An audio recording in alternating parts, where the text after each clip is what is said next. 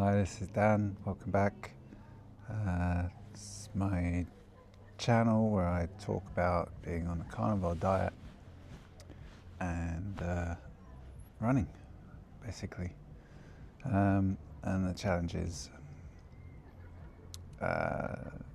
which I was thinking about the other day. That I should just tell you the reason why I started was because when I was looking at carnivore. Starting the carnivore journey, I was a runner as well, and I kind of found it quite difficult to come across any regular people who are doing that. There's stuff in some of the top level ultra runners, Zach Bitter, and another guy I can't remember. I watched some of that, but that's, they were still on. They still have some carbs fairly high, I think 100 to 200 grams when they're training hard, and I'm not not at that level, so I was just kind of looking for stuff where as a regular person and their experience. I didn't really see anything, so I thought I'd start kind of documenting my experience of going carnivore and then running as well, just because I was fairly sure it was possible. I just wanted to see what it was going to feel like. Anyway, and that's where we are now.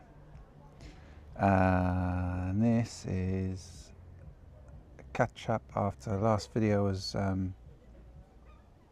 after I did the half marathon, my first half marathon on the carnivore, first sort of that distance race after I've been on diet for some time and been doing some proper training. It went pretty well.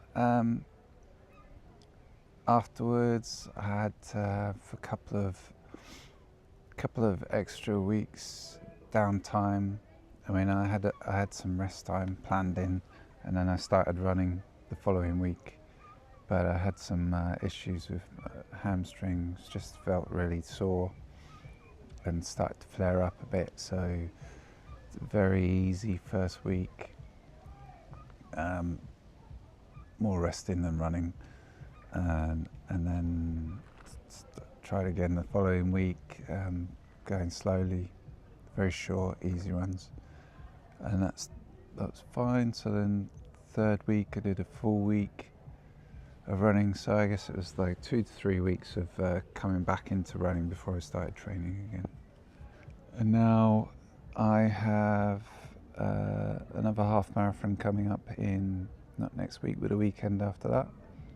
And next weekend I have a 7k trail race. I did one just as I started. That's that sort of difference, that distance, run by the same people back last summer when I first started, and so gonna another one that's coming up. Thinking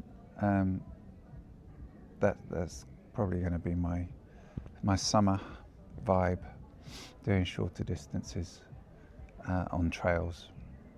Sunny days, scenery is beautiful, trails are great, so that's the plan. Get some more trails in, do some shorter trail runs. I'm still working on speed, getting faster.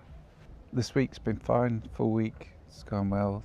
Last week and the week before that I had a couple of the workouts I didn't go so well. Different things. One thing, I'm not sure whether I mentioned it before, it happened to me before and I obviously forgot about it. I tried a coffee and cream. I don't think I'm pretty sure it was decaf coffee. It's ground coffee, and I just had it in the stovetop boiler. I had a coffee and cream before I went for a run, just to get the cream in really. And on the run I had proper issues where I just my heart rate was up super high, and I was really struggling to do. I think I was doing like 10 minutes I can't remember what the workout was, but basically I was really struggling. By the end of the first interval, it was a fairly long interval, but by the end of it I was like, I'm done, I couldn't do it. I had to finish and just jog home. I could still run, but I just couldn't hit anything high, and it felt extremely hard work just to do. I wasn't even running, half marathon pace, half marathon race pace that I did a few weeks before. So I was really struggling, and the only thing I could think of was the coffee. And then I remembered that I had a similar issue before the previous last time that I tried a coffee randomly. That I had when I was doing my on the same day I did a workout, and I was really struggling with breathing. My heart rate was really high and everything felt super hard. So yeah, note to self, don't ever try coffee again. I mean, I've been perfectly happy without it, so I don't know, just a habit maybe, just trying it, see if I can fit it in again. But that's 2 strong no's. So after the last half, I would have had, I think, 7 or 8 week block of training, but in the end it's been 4 weeks, and with a couple of workouts that just really didn't do anything. Or I mean, maybe they probably did something, but they were not done according to plan. And I guess it's not been maybe the most the best confidence building block. But I think, I think I'm still going to go for 145 this time round. It's 147 last time round, and which I was quite pleased with, because I felt like I wasn't hitting those paces in training. But I guess a taper and feeling a bit fresher makes a big difference. And anyway, we'll see. I think I'm gonna try and be a bit more confident about it, and maybe start with there's usually a 145 pacer for a half marathon, so I'll start with them. If it feels too hard straight away, then I'll back off, and otherwise I'll run with them and see if I can go a bit quicker towards the end.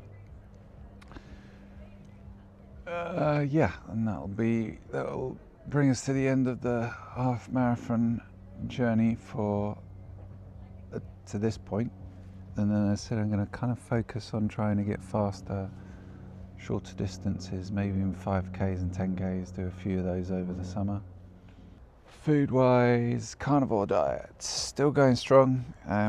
Never tempted to eat anything other than meat and dairy and drink water.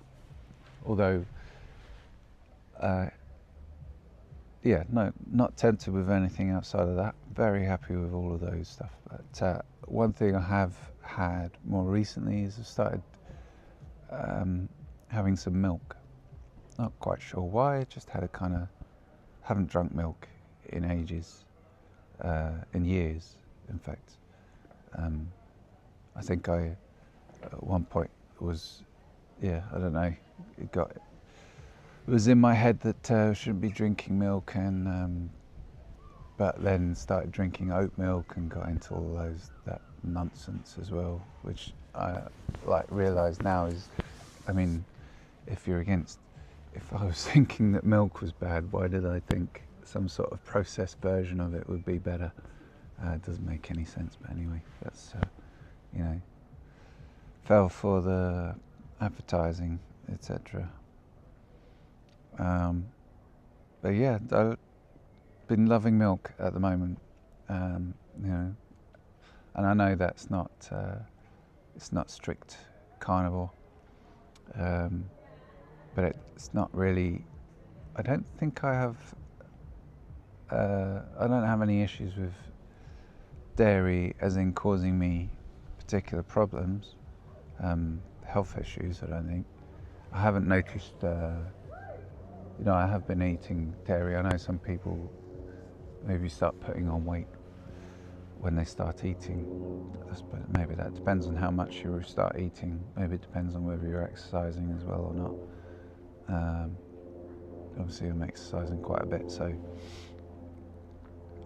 maybe that's not such an issue for me. So obviously there's carbs in that. It's not huge, depending on how much you have, but you'd have to have quite a lot to sort of, I don't know, go above 50 grams of carbs a day. To get to 50 grams of carbs, you'd have to have quite a lot. I don't think I'm definitely not having that much on a day-to-day basis. Maybe on days like today, where I've Sunday done my long run earlier, and I don't know, yeah, quite enjoy a pint of milk. So there's a bit more of a bit more carbs in that probably on a day like today. More dairy, pork and eggs, some sardines, and beef mince.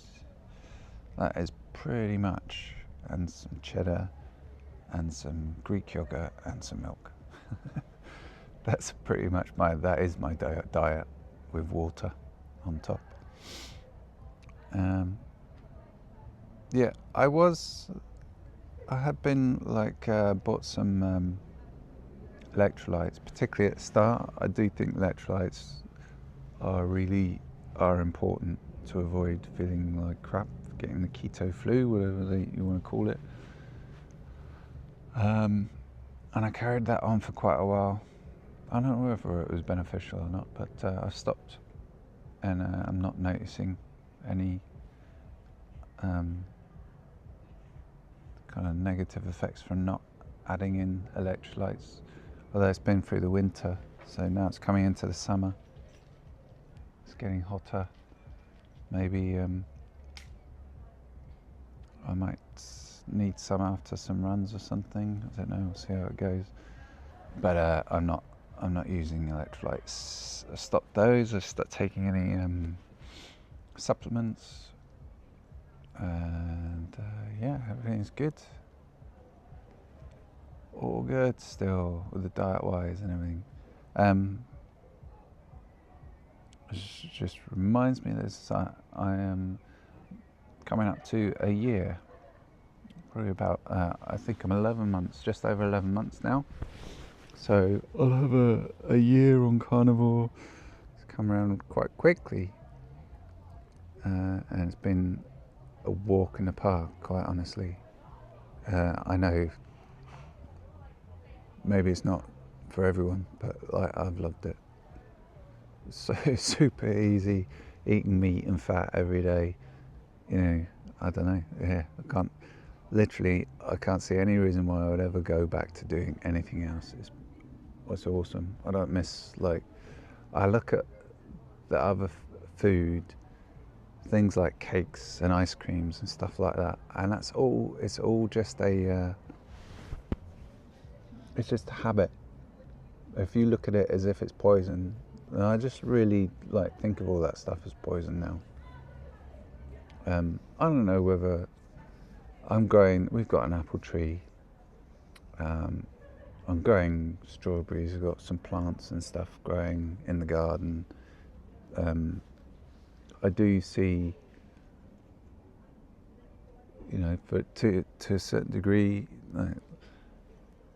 I do see plants having a place, as in protection against starvation and herbal medicine. I don't see there's any reason that I would need to consume any vegetables or fruits. I mean, I might be tempted to have a strawberry since if we're growing them, and we've got raspberries as well, potentially, but only in season. I don't know. And maybe I'll try them and they won't taste very nice. Who knows? Yeah, I'm not tempted at all by any of the other stuff, and everything that's all of the processed foods, just, I don't know, might switch my mentality to seeing it all as just muck. It's just processed, poisonous muck. Anyway, that's, yeah. Further down the road, the more obvious these things become, or they seem to me anyway, from my opinion. I haven't, I've got nothing bad to say about my experience of being on a carnivore diets over just eating meat and animal products. It's been awesome. Yeah, and long may it continue. So coming up to my first year, and yeah, there'll be another video about that too.